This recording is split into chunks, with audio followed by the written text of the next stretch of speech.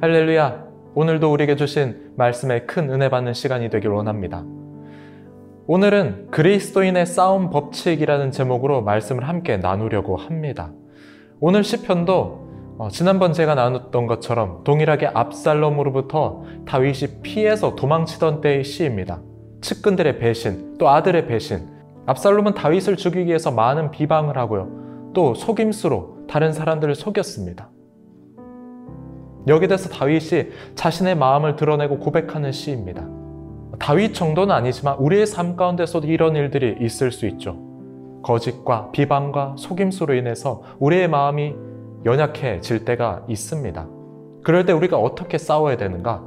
그리스도인의 싸움 법칙이 있다는 겁니다. 세상의 방식과 다른 그리스도인만이 보여줘야 될 그 싸움 법칙이 있습니다. 오늘 말씀을 통해서 알아가길 원합니다. 1절과 2절을 보시면은 하나님이여 내가 근심하는 소리를 들으시고 원수의 두려움에서 나의 생명을 보존하소서.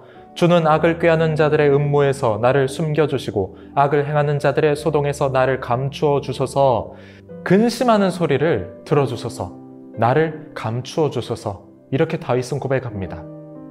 여러분, 믿음의 싸움을 할 때 우리가 하나님을 먼저 찾아야 됩니다. 하나님께 먼저 나아가야 됩니다. 우리는 어떻습니까? 인간적인 방법을 다 사용해보고 안 될 때 우리가 두 손 들고 하나님 앞에 나아갈 때가 있지 않습니까? 하지만 그렇게 해서는 안 된다는 거예요. 인간적인 방법을 사용하기 전에 먼저 하나님께 기도하면서 간절히 구하면은 하나님께서는 우리와 동행하시길 원합니다. 우리의 모든 삶 가운데서, 어려움 가운데서, 내가 연약해져 있는 모든 상황 가운데서 함께하길 원하세요. 그분은 우리의 목소리에 귀를 기울이고 계십니다.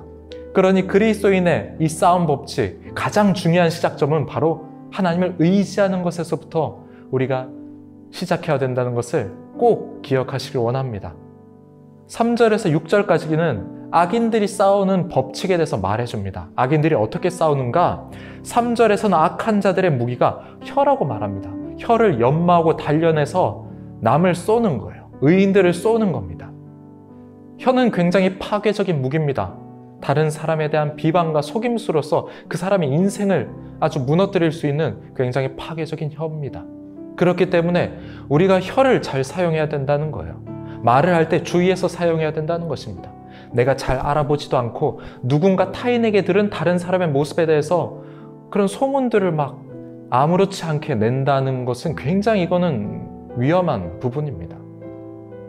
말하는 것을 조심해야 됩니다. 특별히 다른 사람에 대한 평가에 대해서는 우리가 더 조심해서 말할 수 있어야 합니다. 왜냐하면 내가 말하는 그것이 우리의 의도와는 다르게 타인을 무너뜨리는 무기가 될 수 있기 때문입니다.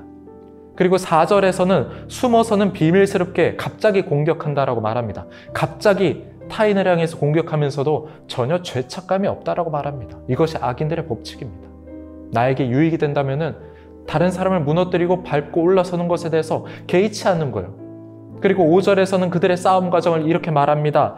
그들은 악한 목적으로 서로 격려하며 남몰래 올무놓기를 함께 의논하고 하는 말이 누가 우리를 보리요 하며 이들의 목적은 악한 목적입니다. 타인을 무너뜨리고자 하는 그 목적을 가지고 비방을 하고 속임수를 합니다. 5절에서 말하는 이 악한 자들의 싸움 법칙을 보시면은 그들의 목적이 나옵니다. 왜 그렇게 하는가? 남을 무너뜨리기 위해서. 내가 올라서기 위해서는 다른 사람이 무너져야 되니까 그렇게 한다는 거예요. 그리고 서로 격려한다고 말합니다. 함께 악행을 저지르면서 서로 격려하면서 그 악행을 더 쌓아나가는 것입니다. 세상은 이처럼 선한 사람을 무너뜨리고 믿음의 사람을 무너뜨리는 데 목적이 있습니다. 우린 이렇게 싸워서는 안 됩니다. 하나님의 방법으로 그리스도인의 싸움 법칙으로 우리가 나아갈 수 있어야 됩니다. 7절에서 10절이 그것을 말해줍니다. 하나님께서 악인들을 심판하신다라고 말하면서 7절을 보시면 그러나 하나님이 그들을 쏘시리니 그들이 갑자기 화살에 상하리로다. 다윗은 여지껏 악인들이 자신을 쏘아오는 것을 경험했습니다. 악한 말로 자신을 쏘았습니다. 하지만 하나님께서 그들을 쏘실 것이다. 그들이 하나님의 화살에 심판에 상하게 될 것이다. 그렇게 하나님의 심판을 선포하고 있고요. 8절입니다. 이러므로 그들이 엎드러지리니 그들의 혀가 그들을 해함이라 그들을 보는 자가 다 머리를 흔들리로다. 아멘이죠. 하나님의 심판을 통해서 이렇게 말합니다. 그들의 혀가 그들을 해함이라.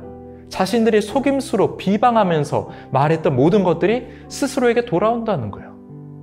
세상의 법칙으로 싸우는 이들은 그 법칙에 그대로 당할 수밖에 없다는 겁니다. 그것이 바로 하나님께서 함께 하시기 때문에 하나님의 심판 아래에서 상황과 환경들을 하나님의 주권 아래 만들어 가시겠다는 겁니다. 그래서 9절에서는 모든 사람이 두려워하여 하나님의 일을 선포하며 그의 행하심을 깊이 생각하리로다 이렇게 말을 하고 있습니다. 10절입니다. 의인은 여호와로 말미암아 즐거워하며 그에게 피하리니 마음이 정직한 자는 다 자랑하리로다. 하나님의 방법으로 싸우는 자는 즐거워하게 되고 다 하나님의 주권을 하나님을 찬양하고 자랑하게 된다라고 말하고 있어요. 세상의 이 악한 싸움의 법칙으로 인해서 그리스도인들이, 믿음의 사람들이 당하는 것 같고 다 깨어지고 상처받는 것처럼 보이지만 결국에는 하나님께서 일하시기 때문에 하나님으로 인해서, 하나님의 심판으로 인해서 즐거워하게 될 것이고 또 자랑하게 된다. 하나님을 자랑하게 되고 하나님의 일하심을 자랑하게 되고 그렇게 될 수 있다라고 다윗은 고백을 하고 있습니다. 오늘 우리가 이 말씀을 기억하기를 원합니다. 다윗이 자신을 음해하는 수많은 속임수와 비방과 또 어려움 가운데 처했지만은 그럼에도 불구하고 믿음으로써 먼저 하나님께 기도하고 간구하면서 모든 상황들을 이겨나갔던 것처럼 우리도 그런 믿음의 선택을 하길 원합니다. 그리스도인의 싸움 법칙, 그 시작점은 바로 하나님을 의지하고 붙잡고 기도하는 것입니다. 그렇게 기도하면서 내 삶에서 역사하실 하나님을 구하며 나아갈 때 나의 등 뒤에서 일하시는 하나님, 나의 힘과 지혜와 능력을 뛰어넘어서 역사하시고 대신 싸워주실 그 하나님을 우리가 경험하게 될 것입니다. 이러한 믿음으로 오늘 하루 승리하는 성도 여러분 되시기를 주님의 이름으로 축복합니다.